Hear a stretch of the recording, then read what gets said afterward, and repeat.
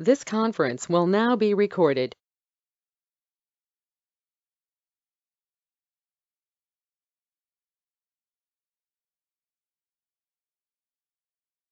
Good morning.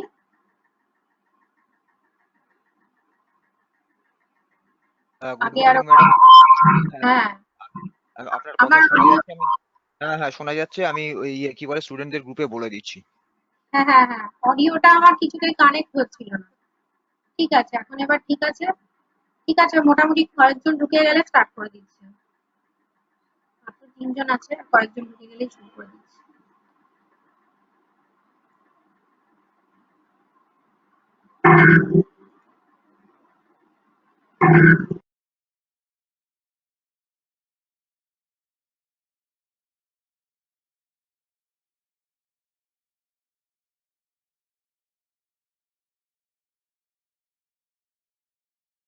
আমি গ্রুপে বলে দিয়েছি ম্যাডাম, আপনি মিনিট 2-3 একটু ওয়েট করে নিন, তারপর আপনি আপনার মতন স্টার্ট করে দেবেন। হ্যাঁ স্যার, যতক্ষণে স্ক্রিন শেয়ারটা করি ওরা ঢুকে যাক, শুরু করে দিচ্ছি।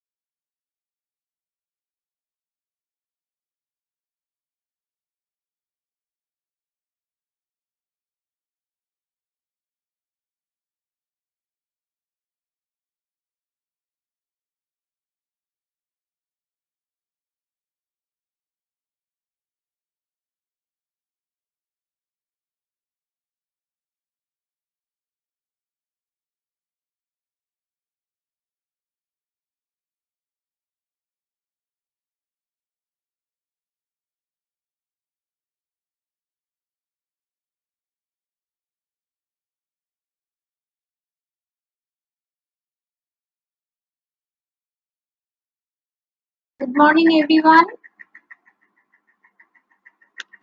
আজকে একটু প্রবলেম হয়েছিল, আমার অডিওটা কিছুতেই কানেক্ট হচ্ছিল না। ঠিক আছে, একটু স্টার্ট করতে দেরি হলো, আমি স্টার্ট করছি। তোমাদেরকে লাস্ট দিনকে ডিফারেন্ট লিফটিং মেশিন দেখাচ্ছিলাম, তোমাদের দুটো দেখিয়েছিলাম, সিম্পল হুইল অ্যান্ড অ্যাক্সেল দেখিয়েছিলাম, আরেকটা দেখিয়েছিলাম হচ্ছে ডিফারেন্সিয়াল হুইল অ্যান্ড অ্যাক্সেল। একটা দেখিয়েছিলাম কি, একটা দেখিয়েছিলাম সিম্পল হুইল অ্যান্ড অ্যাক্সেল, আরেকটা দেখিয়েছিলাম ডিফারেন্সিয়াল হুইল অ্যান্ড অ্যাক্সেল। আজকে আরেকটা ছোট্ট একটা মানে সিম্পল লিফটিং মেশিনেরই একটা ওয়ার্কিং প্রিন্সিপাল দেখবো। খুবই সিম্পল, এটা এটা হচ্ছে ওয়েস্টার্ন ডিফারেন্সিয়াল পুলি ব্লক। পুলি তোমরা দেখেছো কোথাও?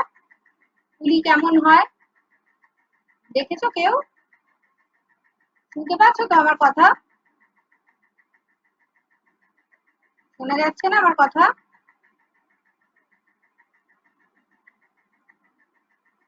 কথা শোনা যাচ্ছে তো? ইয়েস ম্যাম, শোনা যাচ্ছে। বলছি যে তোমরা পুলি দেখেছো কোথাও? স্ক্রিনটা দেখা যাচ্ছে?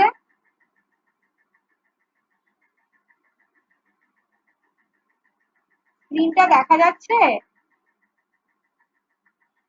Yes ma'am. আচ্ছা, তোমরা পুলি কোথাও দেখেছো? হ্যাঁ কি না বলো, কোনো অসুবিধা নেই। গম ভাঙানো দেখেছো? গম ভাঙায় কোথায়? যেসব জায়গায় গম ভাঙানো হয়, গম দিয়ে সেখান থেকে আটা তৈরি করা হয়, সেই মেশিনটা দেখেছো?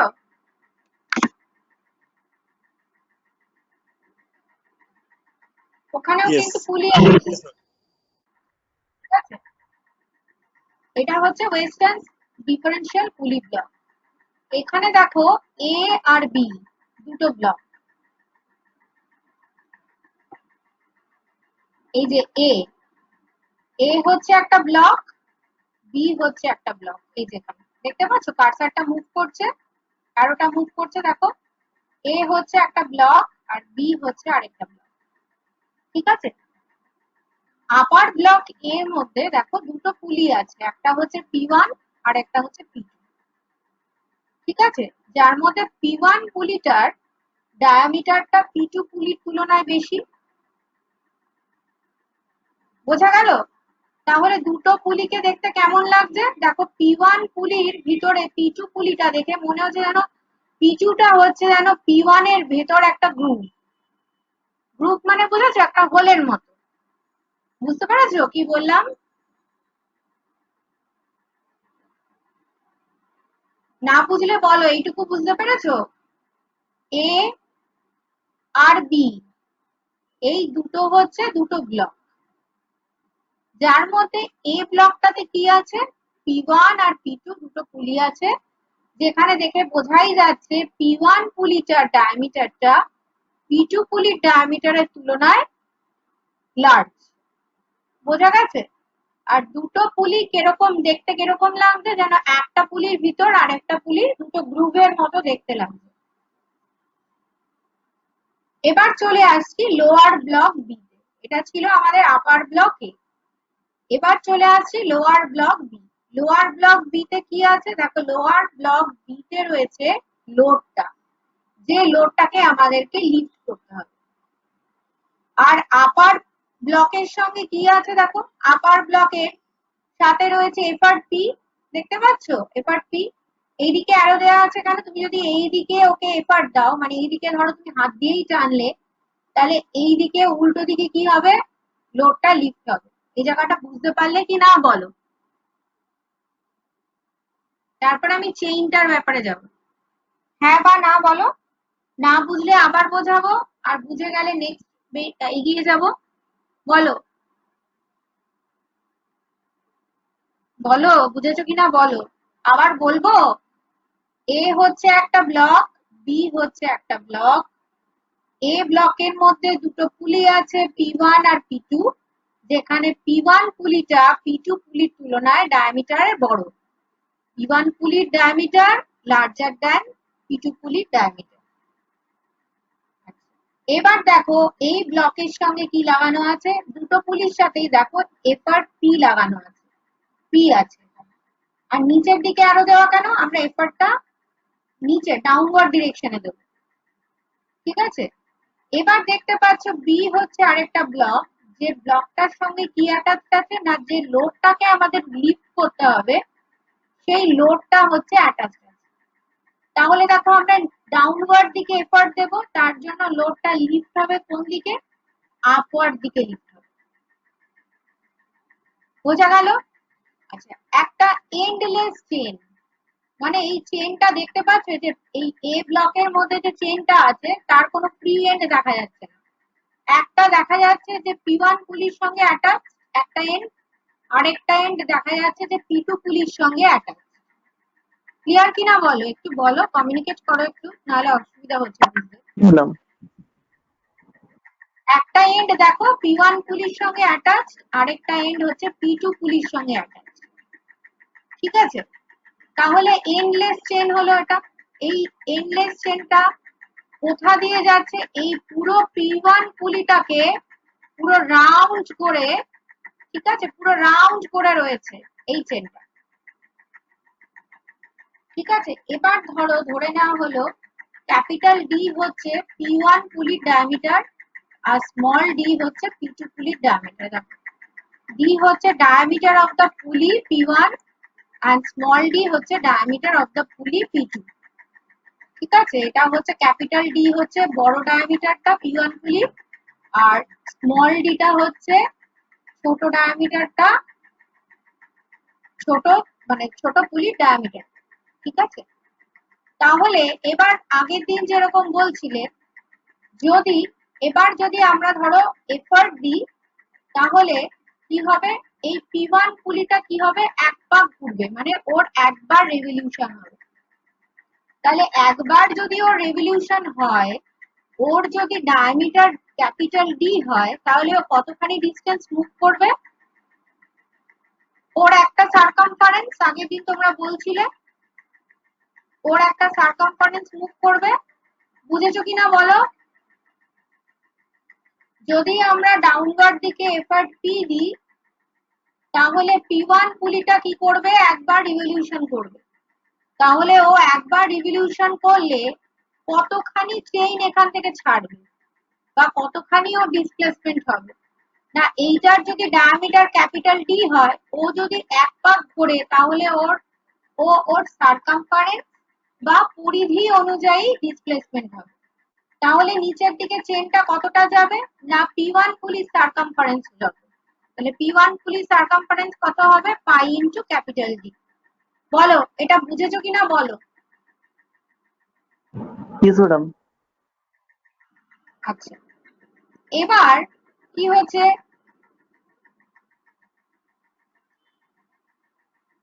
এই P1 পুলিটা যদি এক পাক খায়, তাহলে P2 পুলিটা কতখানি যাবে,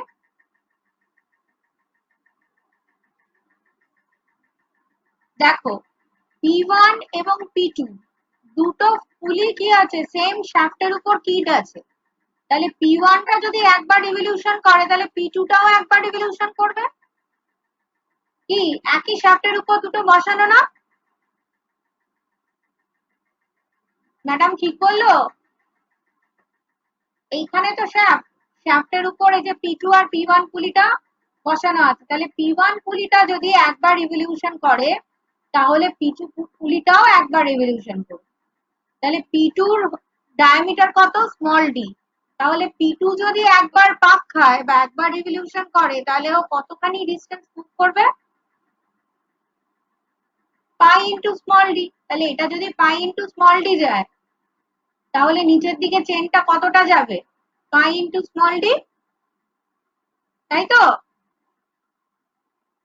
এই দেখো, therefore the length of the chain released by the smaller pulley pi d, এই যে ছোট পুলিটা কতখানি রিলিজ করবে চেন নিচের দিকে, এক পাক ঘুরলে ওর সার্কামফারেন্স যতটা, ততখানি পরিমাণ চেনকে ও নিচের দিকে কি করবে, ছাড়বে। ক্লিয়ার হলো কিনা বলো, ক্লিয়ার হলো কিনা বলো। চুপ চুপ আছো মানে বুঝতে পারছো, তাই তো? তাহলে আগেরটার মতো নেট শর্টেনিং কত হবে, ও যদি এক পাক ঘোরে, তাহলে ও পাই ডি পরিমাণ ডিসপ্লেসমেন্ট হয় P1, আর P2 যদি এক পাক ঘোরে, তাহলে ও ডিসপ্লেসমেন্ট হয় কত, পাই ইনটু স্মল ডি। তাহলে নেট শর্টেনিং কত হলো, পাই capital D minus pi small D. এই নেট শর্টেনিং লেংথটা কার ভিতর দিয়ে যাবে, এই বি ব্লকে যে পুলিটা আছে তার মধ্যে দিয়ে যাবে। বুঝতে অসুবিধা হচ্ছে কিনা বলো, আগের দিন বুঝিয়েছিলাম যে এটা,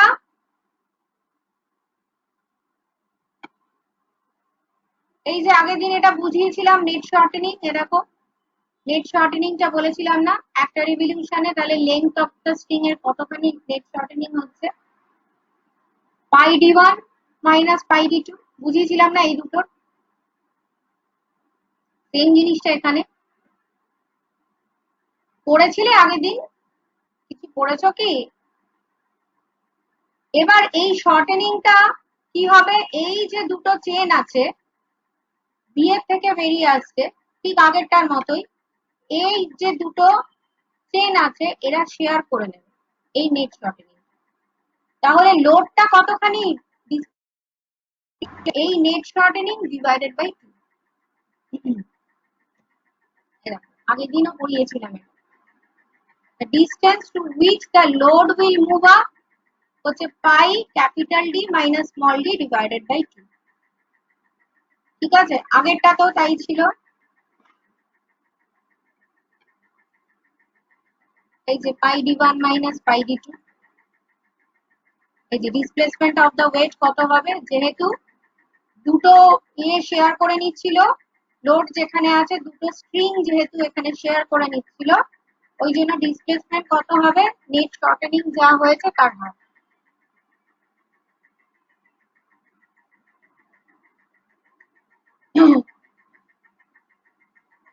ঠিক আছে, তাহলে ভেলোসিটি রেশিও কত হবে, ভেলোসিটি রেশিও মানে হচ্ছে distance moved by the effort, distance moved by the effort, effort কার সঙ্গে জড়িয়ে আছে, p1 এর সঙ্গে, তাহলে distance moved by the effort কি হবে, পাই ইনটু ক্যাপিটাল ডি, আর distance moved by the load কত হলো, distance moved by the effort হচ্ছে এখানে দেখো এই যে আপার পুলি ব্লকের সঙ্গে অ্যাটাচ পাই ক্যাপিটাল ডি, আর distance moved by the load হচ্ছে কত,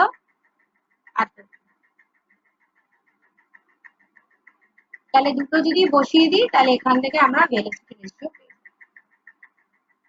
আরেকবার বোঝাবো, যদি না বুঝে থাকো একটু বলতে হবে, ম্যাম বুঝেছি কি বোঝনি, বলো বুঝেছো কি। T1 দিয়ে এখন এখানে T1 দিয়ে number of teeth of larger পুলি যেটা দেওয়া আছে এটা এখন তোমাদের বোঝার দরকার নেই, যদি তোমাদের সিলেবাসে থেকে থাকে পরে, ঠিক আছে, এটা তো তোমাদের জাস্ট বেসিক্স এর ক্লাস হচ্ছে মেকানিক্স এর, যদি তোমাদের পরে কাজে লাগে এই কারণে সেকেন্ড সেমিস্টারে, তো এইখানে তোমরা যেটা তোমাদের capital D small D circumference দিয়ে কিভাবে বোঝাচ্ছি জাস্ট এতটুকু এখন বুঝলেই হবে। আমাকে একটু বলতে হবে বুঝেছো কিনা, না হলে আমি এই জিনিসটা আরেকবার রিপিট করব। আরেকবার ইন শর্ট বলে দিই, শুনতে পাচ্ছ না আমার কথা, ইয়েস ম্যাম, বলুন একবার শর্টে। আরেকবার সামারাইজ করে দিচ্ছি। হ্যাঁ, এটা হচ্ছে ওয়েস্টার্ন ডিফারেন্সিয়াল পুলি ব্লক, দেখো উপরে একটা ব্লক আছে এ আর নিচে একটা ব্লক আছে বি, ঠিক আছে, এ ব্লকের মধ্যে কি আছে, P1 একটা পুলি আছে, P2 একটা পুলি আছে, যেখানে ছবি দেখেই বোঝা যাচ্ছে P1 পুলিটার ডায়ামিটার P2 পুলির ডায়ামিটারের তুলনায় লার্জ, ঠিক আছে, the diameter of the pulley P1 is larger than the diameter of the pulley P2, ঠিক আছে। আর এই যে চেনটা দেখতে পাচ্ছ, চেনটা একটা ইনলেস চেন, যেটা এই P1 পুলির সাথে পুরো কি করা থাকে, উন্ড করা থাকে, এবং এই চেনটাতেই আমরা কি করি, ডাউনওয়ার্ড দিকে এফার্ট দিই। ক্লিয়ার হলো এ ব্লকটা। এবার চলে যাচ্ছি বি ব্লকে। বি ব্লকে দেখো, বি ব্লকের সঙ্গে ওয়েট ডব্লিউটা অ্যাটাচড। এবার দেখো বি ব্লকের সঙ্গে কিন্তু আমাদের আরেকটা চেন, যেটা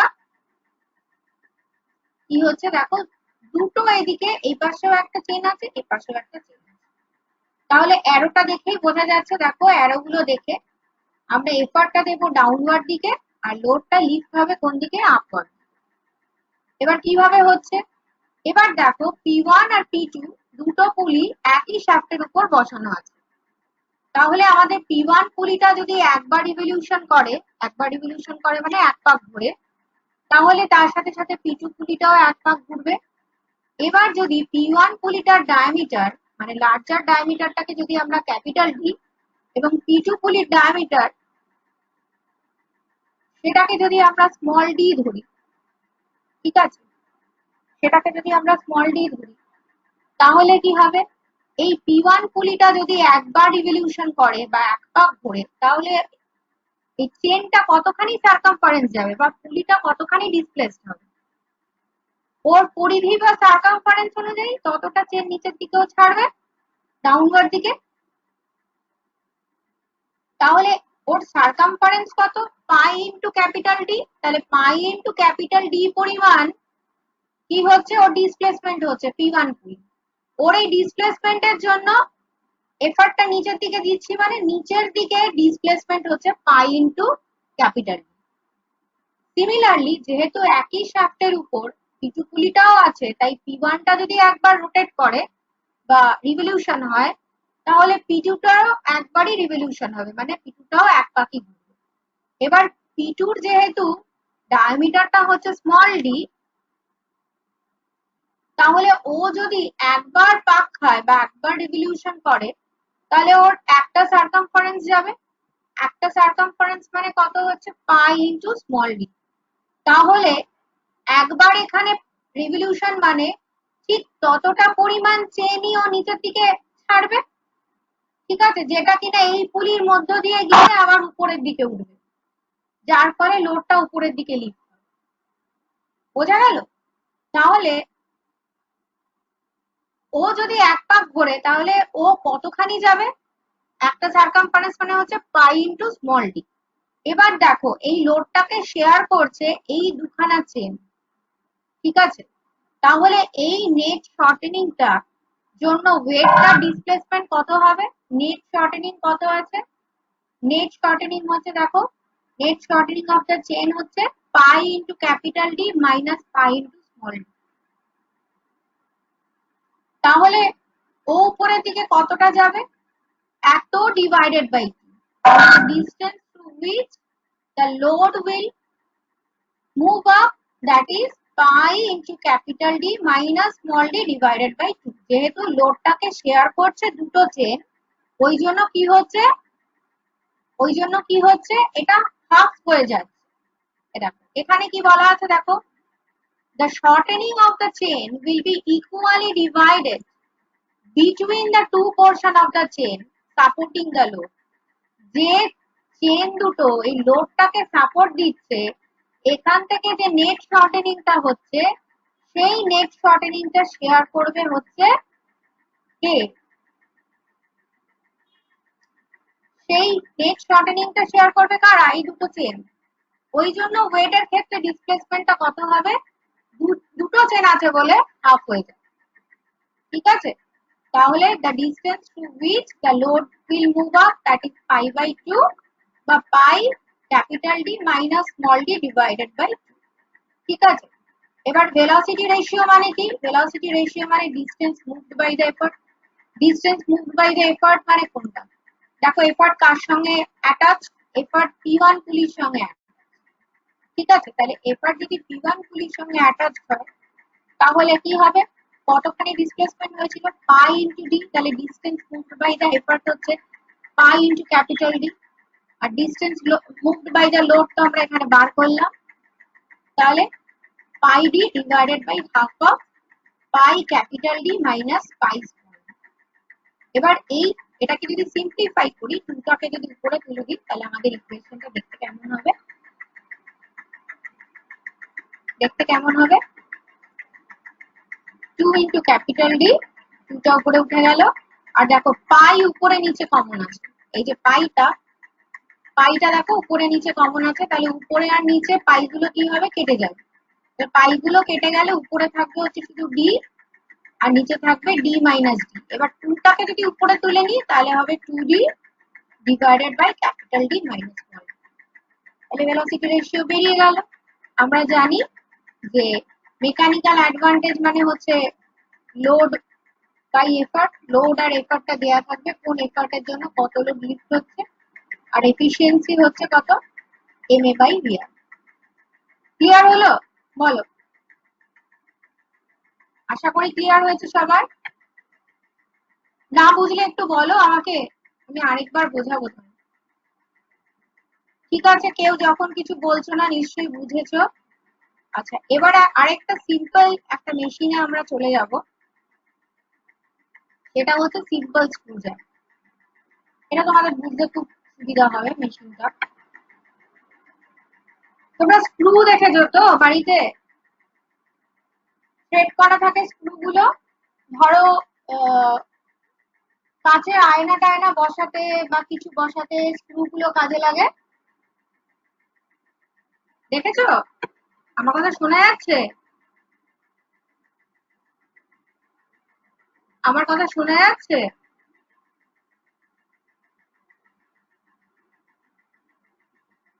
একটু বলবে আমার কথা শোনা যাচ্ছে কিনা? ইয়েস ম্যাম, দেখুন। আচ্ছা, তোমরা স্ক্রু দেখেছো বাড়িতে? Screw Yes, ma'am. দেখেছো? স্ক্রু গুলোকে ধরো, স্ক্রু দিয়ে কোনো কিছু ফিট করতে গেলে কি করতে হয়? ওখানে থ্রেড করা থাকে, আমরা স্ক্রু ড্রাইভার দিয়ে ঘুরিয়ে ঘুরিয়ে ঘুরিয়ে ঘুরিয়ে কি করি, ওটাকে টাইট করি, তাই তো? কি টাইট করি তো? Yes, ma'am. এই সিম্পল স্ক্রু জ্যাকটা হচ্ছে স্ক্রু নাট প্রিন্সিপালের উপর দাঁড়িয়ে আছে। বোঝা গেল?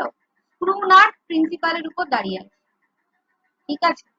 এখানেও হচ্ছে, দেখো এটাকে দেখতে কেমন একটা স্ক্রু এর মতো, স্ক্রু এর মতো এটা দেখতে, একটা নাটের সঙ্গে এটা যেন মনে হচ্ছে ফিট করা আছে, ঠিক আছে? এইখানে পি মানে কি? এইখানে এফার্ট দেওয়া হবে এই হ্যান্ডেলটায়, আর এই হ্যান্ডেলটার লেন্থ কত? দেখো এই সেন্টার থেকে হ্যান্ডেলের লেন্থ হচ্ছে স্মল এল, আর এই দেখো এটার মাথার উপর ওয়েট ডব্লিউটা বসানো আছে।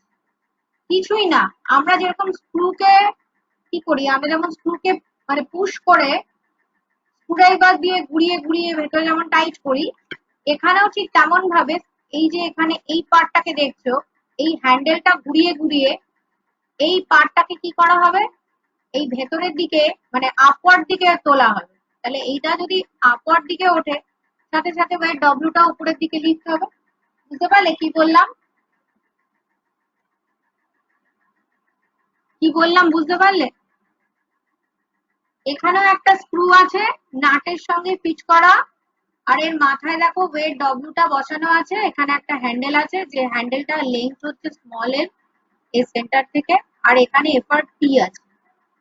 তাহলে এই হ্যান্ডেলটা যেরকম ঘোরাবো, হ্যান্ডেলটা ঘুরলে কি হবে, এই নিচে স্ক্রুটা আপওয়ার্ড দিকে মুভ করবে, ঠিক আছে?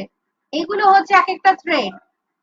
এই একটা থ্রেড থেকে আরেকটা থ্রেডের ডিস্টেন্স কে বলা হয় পিচ। মানে এই থ্রেডটার উপর যে কোনো একটা পয়েন্ট থেকে তার পরের থ্রেডের সিমিলার একটা পয়েন্টের মধ্যে যে ডিস্টেন্স, তাকে বলা হয় পিচ। বুঝতে পারলে কি বললাম? বুঝতে পারলে কি বললাম? একবার একটু বলো, নাহলে আমি বুঝতে পারছি না তোমরা বুঝতে পারছো কিনা। চন্দন নস্কর, তুমি আনমিউট আছো।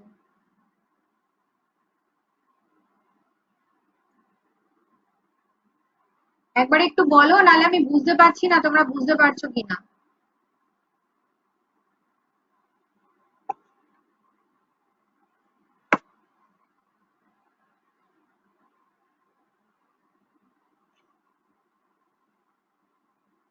আচ্ছা, স্ক্রু জ্যাকের এটা হচ্ছে বডি, এটাই হচ্ছে বডি, স্ক্রু আর নাটটাই হচ্ছে বডি, ঠিক আছে?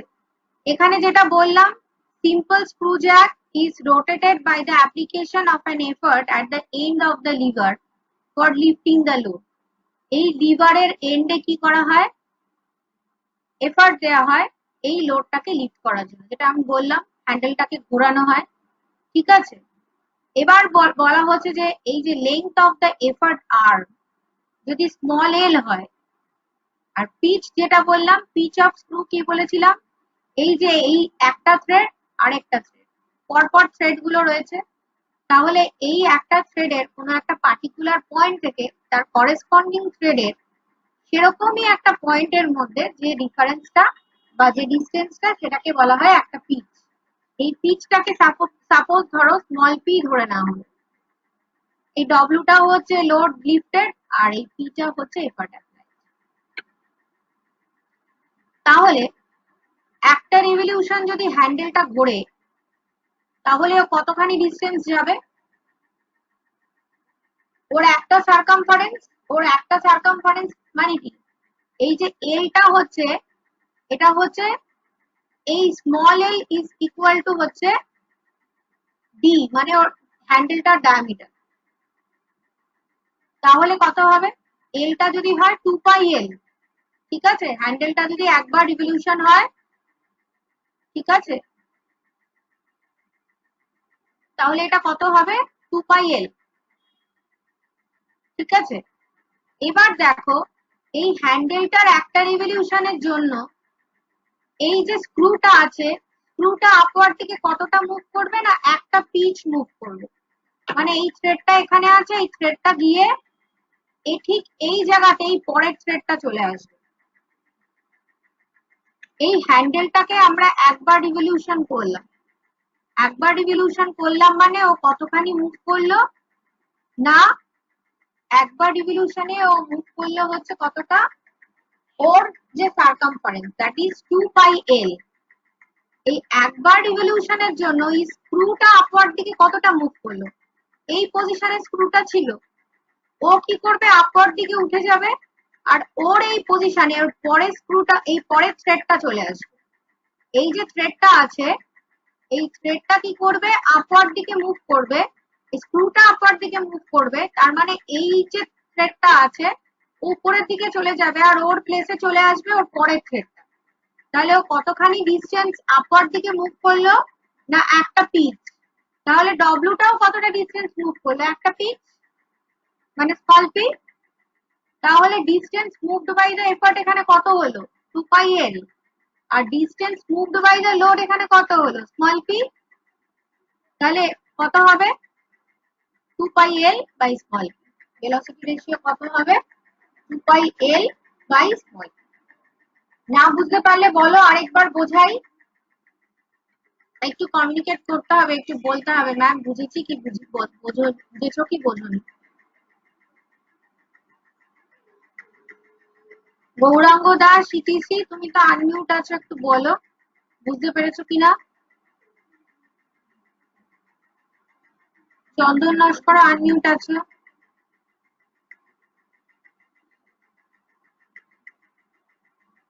একটু বলতে হবে বুঝেছো কিনা।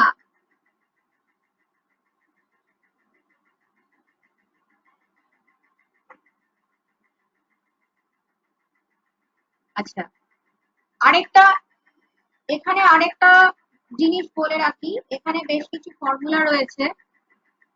এই ফর্মুলা গুলো এখন তোমাদের মানে বোঝালে তোমরা বুঝতে পারবে না। সুতরাং এই ভেলোসিটি রেশিও, মেকানিক্যাল অ্যাডভান্টেজ আর এফিসিয়েন্সি অবধি এখানে জেনে রাখো। এটা এটা একটা খুব সিম্পল, মানে যেহেতু খুবই একটা ইজি একটা আর কি এর ওয়ার্কিং প্রিন্সিপাল, এই জন্য এটা তোমাদেরকে বোঝালাম।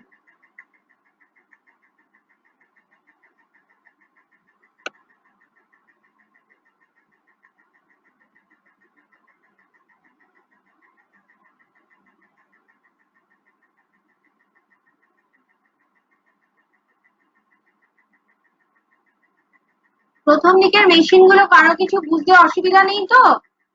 Simple wheel and axle, differential wheel and axle. আচ্ছা তোমাদের কি এটার পিডিএফ গুলো চাই? Yes, ma'am.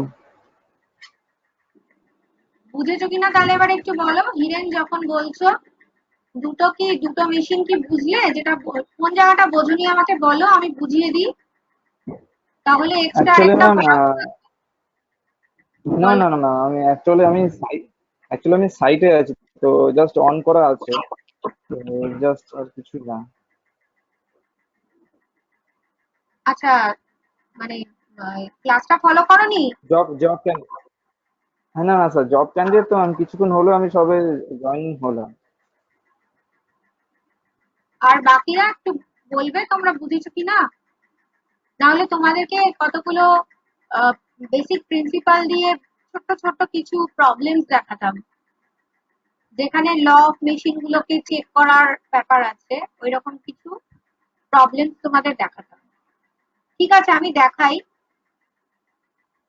স্টপ শেয়ার করে আবার দেখাচ্ছি, ফাইলটা চেঞ্জ করতে হবে তাই।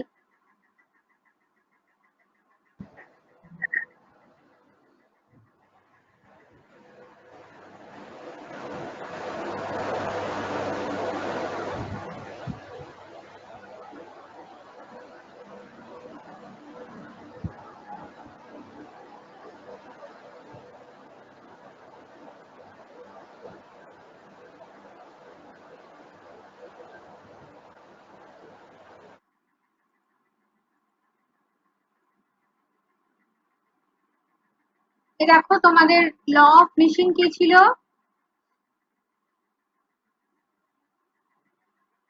এটা ছিল তোমাদের law of machine, P equal to M into W plus C. এই জায়গাটা তোমাদেরকে আমি বলেছিলাম কি, যে কোনো পার্টিকুলার মেশিনের ক্ষেত্রে পি এবং ডব্লিউ এটা ভ্যারি করে। কিভাবে না, এক একটা এফার্ট, মানে আমি যেমন ধরো বলেছিলাম 5 নিউটন এফার্ট দিয়ে ধরো আমরা 7 নিউটন লোডকে লিফট করতে পারি, ঠিক আছে? তো সেক্ষেত্রে তার মানে এফার্টের জন্য ডব্লিউটা ভ্যারি করে। তার মানে এই ইকুয়েশনের মধ্যে পি এবং ডব্লিউ এই দুটো হচ্ছে ভেরিয়েবল, কিন্তু কি বলেছিলাম, for a particular machine M আর সি হচ্ছে কনস্ট্যান্ট। যে কোনো মেশিনের ক্ষেত্রে এম এবং সি এই দুটোর মান একই থাকে, irrespective of the variation of effort and load. ঠিক আছে, এফার্ট এবং তার জন্য লোডের যতই ভেরিয়েশন হোক না কেন, এম এবং সি এই দুটো কনস্ট্যান্টের মান ফর আ পার্টিকুলার মেশিন কি থাকবে, ফিক্স থাকবে, কনস্ট্যান্ট থাকবে। এই ল অফ মেশিনের উপর কিছু ছোট অঙ্ক তোমাদের দেখাই, মানে নিউমেরিক্যাল।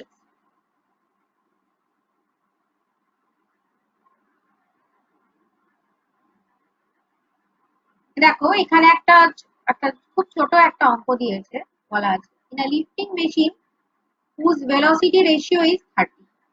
ভেলোসিটি রেশিও মানে আমরা কি জানি, ভেলোসিটি রেশিও মানে হচ্ছে ভিআর, সেটা হচ্ছে distance moved by the effort divided by distance moved by the load, তার মানে হচ্ছে y বাই এক্স। বলছে a load of 260 newton is raised by an effort of 16 newton. ঠিক আছে, a load of 260 newton is raised by an effort of 16 newton. একটা 16 Newton effort একটা 260 Newton লোডকে lift করতে পারে। তাহলে এফার্ট পি হচ্ছে এক্ষেত্রে, বা এফার্ট প্রথম যেহেতু বলছে P1 হচ্ছে 16 নিউটন, তার করেসপন্ডিং W1 হচ্ছে 260 নিউটন। ঠিক আছে, নেক্সট বলছে a load of 30 Newton is raised by an effort 20 Newton. তাহলে এখানে P2 হচ্ছে 20 নিউটন, যার করেসপন্ডিং লোড W2 হচ্ছে 340 নিউটন। ঠিক আছে, বোঝা গেল? তাহলে আমরা গিভেন কি কি পেলাম, দেখো VR বলে দিয়েছে 30, W1 বলে দিয়েছে 260 নিউটন, P1 হচ্ছে তার করেসপন্ডিং 60 নিউটন, W2 হচ্ছে 340 নিউটন, P2 হচ্ছে 20 নিউটন। এবার দেখো নেক্সটটা দেখো, also calculate the load lifted by an effort of 22 newton. আমাদের কি করতে হবে, একটা এফার্ট বলে দিয়েছে 22 নিউটন, এই 22 নিউটন এফার্টটা কতখানি লোডকে লিফট করতে পারে সেটা আমাদেরকে বার করতে হবে। ঠিক আছে, আর এফিসিয়েন্সি বার করতে হবে এই 22 নিউটন এফার্ট। ঠিক আছে, তাহলে আমরা কি জানি, আমরা জানি ল অফ মেশিন মানে হচ্ছে P equal to M W plus C. Next দিনকে তোমরা একটু খাতা পেন্সিল, মানে খাতা পেন ক্যালকুলেটর এগুলো নিয়ে একটু বসবে, আমরা ছোট্ট ছোট্ট কিছু নিউমেরিক্যালস করব সিম্পল মেশিন থেকে। আজকে একটা প্রবলেম বোঝাচ্ছি, এই প্রবলেমের পিডিএফটা আমি দিয়ে দেবো তোমাদের, আর ওখানে যেগুলো ডিফারেন্ট লিফটিং মেশিন চারটে পড়িয়েছি তোমাদের, সেই চারটের পিডিএফও তোমাদেরকে আমি দিয়ে দেবো, আর যে প্রবলেমটা এখন বোঝাচ্ছি সেই প্রবলেমটাও আমি দিয়ে দেবো। এগুলো একটু গোথ্রু করবে, আর পরের দিনকে একটু ক্যালকুলেটর পেন আর খাতা নিয়ে বসবে, একটু ছোট ছোট নিউমেরিক্যালস করবে, তাহলে কি হবে, বেসিক প্রিন্সিপাল গুলো যেগুলো আছে সেগুলো অনেক মানে ভালো বুঝতে পারবে। আচ্ছা, P equal to M into capital W plus C. তাহলে প্রথমে বলেছে কি P1 আর তার করেসপন্ডিং W1 হচ্ছে কত, এত। P1 হচ্ছে 16 নিউটন আর W1 হচ্ছে 260 নিউটন। তাহলে সেই অনুযায়ী দেখো, according to law of machine এই ফর্মুলাটা অনুযায়ী P এর জায়গায় আমরা বসালাম 16 আর W এর জায়গায় বসালাম 260। তারপর কি বলেছে দেখো, W2 হচ্ছে 340 নিউটন আর P2 হচ্ছে 20 নিউটন। তাহলে একই রকম ভাবে ল অফ মেশিনে এখানটা দাঁড়াও, এই জায়গাটা আমি ক্লিক করি তোমাদের সুবিধা হবে। ল অফ মেশিনের মধ্যে আমরা নেক্সট যেটা আমাদের কন্ডিশন আছে সেখানে পি এর জায়গায় দেখো পি হচ্ছে 20, তাহলে এখানে 20 হবে, দেখো এখানে 20 বসেছে। আর ডব্লিউ কত আছে দেখো, ডব্লিউ2 হচ্ছে 340, তাহলে এখানে 340 বসেছে প্লাস। এবার এই দুটোকে যদি আমরা সলভ করি, সলভ করলে এখান থেকে প্রথমে কিসের মান বেরোবে দেখো, সি আর সি কেটে কেটে যাবে, মানে মাইনাস মাইনাস করে লিখে যেভাবে হয় সি সি কেটে কেটে যাবে, তাহলে আমাদের থাকবে কত হচ্ছে 4 = 80m। সেখান থেকে আমরা এখান থেকে এম এর ভ্যালুটা পেয়ে গেলাম।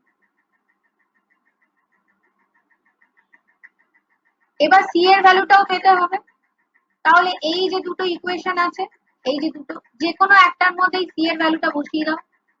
এখানে কি কি করা হয়েছে দেখো, ফার্স্ট যে ইকুয়েশনটা আছে তার মধ্যে আমরা এম এর ভ্যালুটা বসিয়ে দিয়েছি। আমরা এম এর ভ্যালুটা বসিয়ে দিয়ে সেখান থেকে সি এর মান সি = 3 পেয়েছি। তাহলে ওই পার্টিকুলার মেশিনের জন্য ল অফ মেশিনটা কি হলো, পি = এম এর জায়গায় বসলো হচ্ছে 0.05W প্লাস এখানে সি এর জায়গায় বসলো হচ্ছে 3।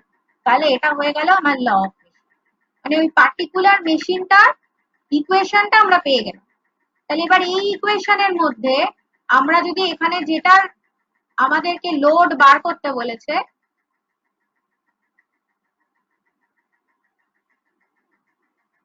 এই 22 নিউটন এফার্ট দিয়ে সেটা আমাদের বসাতে হবে।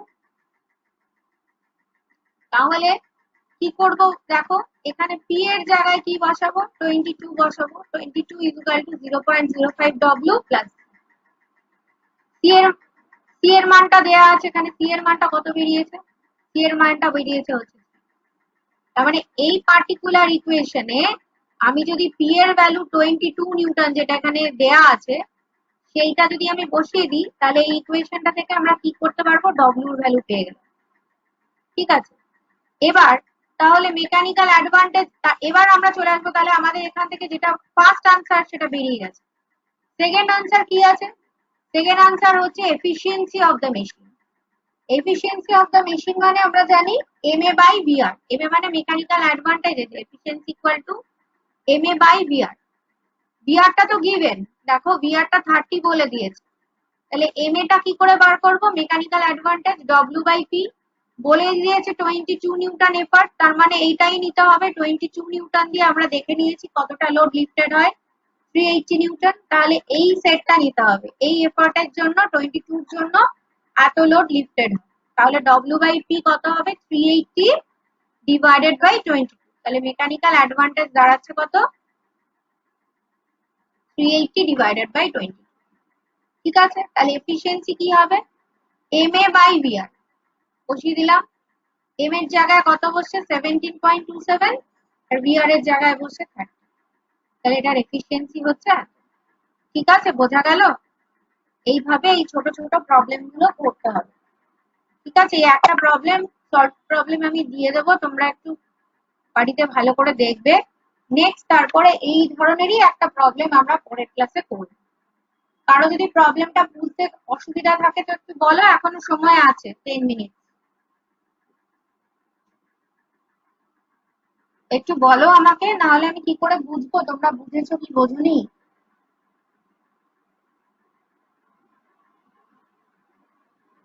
হ্যাঁ বা না বলো, তাহলেই হবে।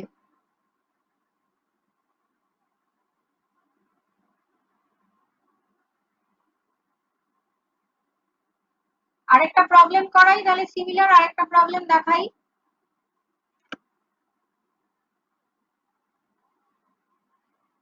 দেখো প্রবলেম 2 তে কি বলছে, একই ধরনের প্রবলেম, এখানে ম্যাক্সিমাম এফিসিয়েন্সি আর এফার্ট লস্ট ইন ফ্রিকশন বার করতে বলেছে, যেটা আমি তোমাদেরকে শিখিয়েছিলাম। আমি দেখছি আর একটু সব জায়গায় ম্যাক্সিমাম এফিসিয়েন্সি। আচ্ছা ঠিক আছে, এটা আবার একটু অন্য ধরনের প্রবলেম। এখানে দেখো এইটা পড়ানোর আগে ম্যাক্সিমাম এফিসিয়েন্সিটা একবার আমি তোমাদেরকে দেখিয়ে নিচ্ছি। ঠিক আছে, প্রবলেম 3টা পড়াচ্ছি, কারণ এফার্ট লস্ট ইন ফ্রিকশনটা তোমাদেরকে করানো হয়নি। ঠিক আছে, তা আমরা ম্যাক্সিমাম এফিসিয়েন্সি অবধি বার করব। একবার দেখিয়ে নিই ম্যাক্সিমাম এফিসিয়েন্সি। এই যে maximum efficiency of the machine, আমরা কি বলেছিলাম, ম্যাক্সিমাম এফিসিয়েন্সি বা ম্যাক্সিমাম মেকানিক্যাল অ্যাডভান্টেজ কখন হবে, যখন সেই মেশিনটা ল অফ মেশিনকে ফলো করে চলবে। আমরা জানি ম্যাক্সিমাম মেকানিক্যাল অ্যাডভান্টেজ মানে হচ্ছে কত, W/P। তাহলে P যখন MW প্লাস C হবে তখন এটা হবে MA max। ঠিক আছে, তাহলে MA max is equal to W divided by MW plus C। এবার W টা যদি আমরা উপরে নিচে কমন নিই তাহলে কেটে গেলে উপরে হবে 1, নিচে হবে M প্লাস এই W টা নিচে চলে যাবে, হবে C/W। এবার C হচ্ছে একটা কনস্ট্যান্ট যার মান খুব ছোট, আর তাকে ডিভাইড করা হয়েছে একটা বড় মান দিয়ে যেটা হচ্ছে W। C/W যদি আমরা করি তাহলে আমরা যে মানটা পাই সেটা নেগলিজেবল হয়ে যায়। তাহলে এটাকে যদি আমরা নেগলেক্ট করি তাহলে MA ইকুয়াল টু হচ্ছে 1/M। ঠিক আছে, এবার ম্যাক্সিমাম এফিসিয়েন্সি কি,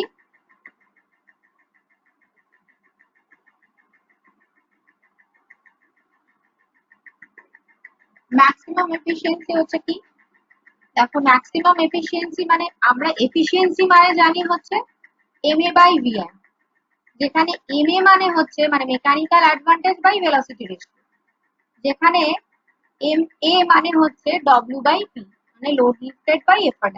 এক্ষেত্রেও কখন আমরা ম্যাক্সিমাম এফিসিয়েন্সি কোনো একটা লিফটিং মেশিন অ্যাচিভ করবে, না যখন ওই মেশিনটা ল অফ মেশিনকে মেনে চলবে। এবার ল অফ মেশিন মানে হচ্ছে P equal to MW plus C। তাহলে এই P এর জায়গায় ইনস্টেড অফ P আমরা বসিয়ে দেবো হচ্ছে P equal to MW plus C। তাহলে এটা হয়ে যাবে ইটা ম্যাক্স। তাহলে এখানে P এর জায়গায় বসিয়ে দিলাম আমরা MW প্লাস C। এবার একই রকম ভাবে আগেরটার মতোই W যদি আমরা উপরে নিচে কমন নিই তাহলে W আর W আমাদের ক্যান্সেল আউট হয়ে গেল। তাহলে পড়ে থাকলো হচ্ছে কি, এখানে এগেইন C/W আসবে, C/W টাকে নেগলেক্ট করে আমাদের থাকবে eta max is equal to 1 divided by M into VR।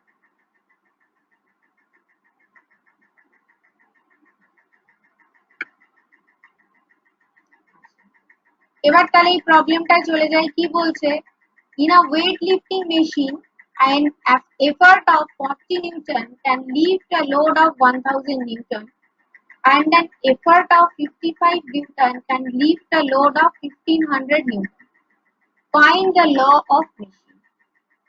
Law of machine টা তোমরা এখান থেকে বার করতে পারবে।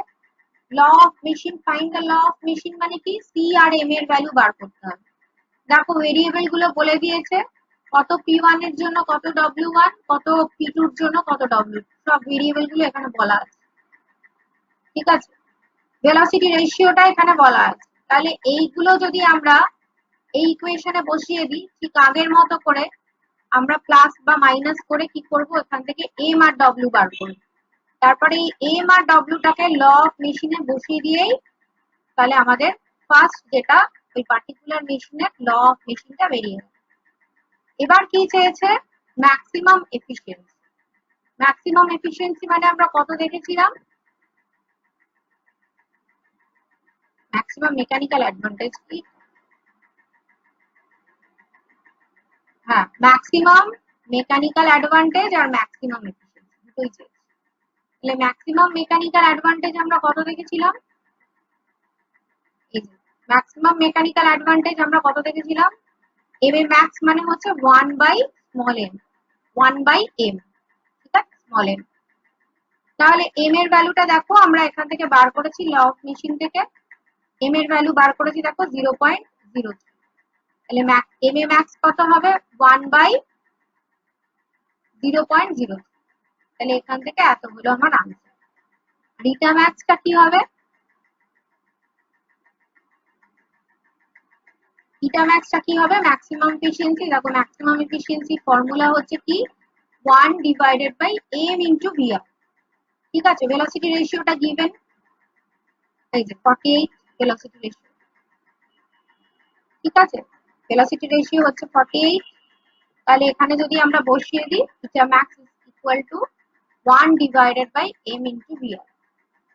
তাহলে 1 ডিভাইডেড বাই m মানে হচ্ছে 0.03, যেখানে বেরিয়েছে m ইকুয়াল টু 0.03, আর এটা ভিআরটা হচ্ছে 48।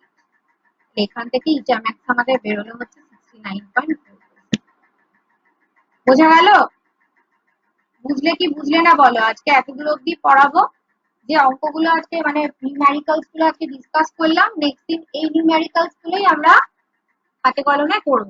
ঠিক আছে, পরের দিনকে আমিও একবার ক্লাসের আগে তোমাদেরকে গ্রুপে মেসেজ করে দেবো, তোমরা যেন খাতা পেন আর ক্যালকুলেটর নিয়ে বসো। ঠিক আছে, আমিও করব প্রবলেম তোমাদের সাথে, তোমরাও করবে। এবার আমাকে বলো যে নিউমেরিক্যালস, ডিফারেন্ট লিফটিং মেশিন, এগুলো কোনো কিছুর মধ্যে কারোর কোনো প্রবলেম আছে কিনা, তাহলে আমি সেটা তোমাদের সাথে ডিসকাস করব।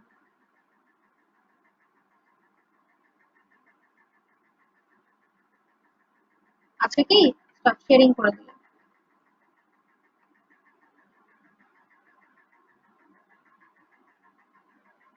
থাকলে বলো, আরেকবার বুঝিয়ে দিচ্ছি।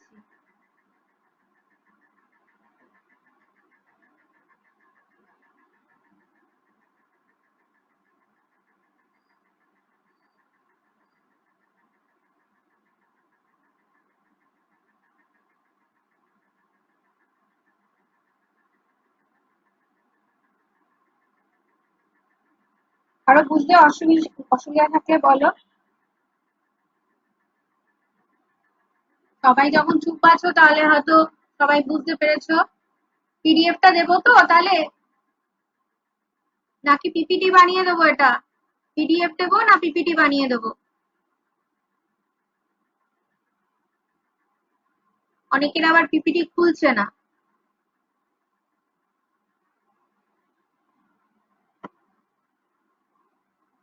ঠিক আছে, তোমরা তাহলে বুঝেছো আশা করি।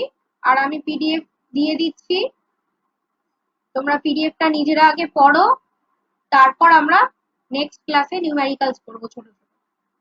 ঠিক আছে, আমি লেট করলাম তাহলে।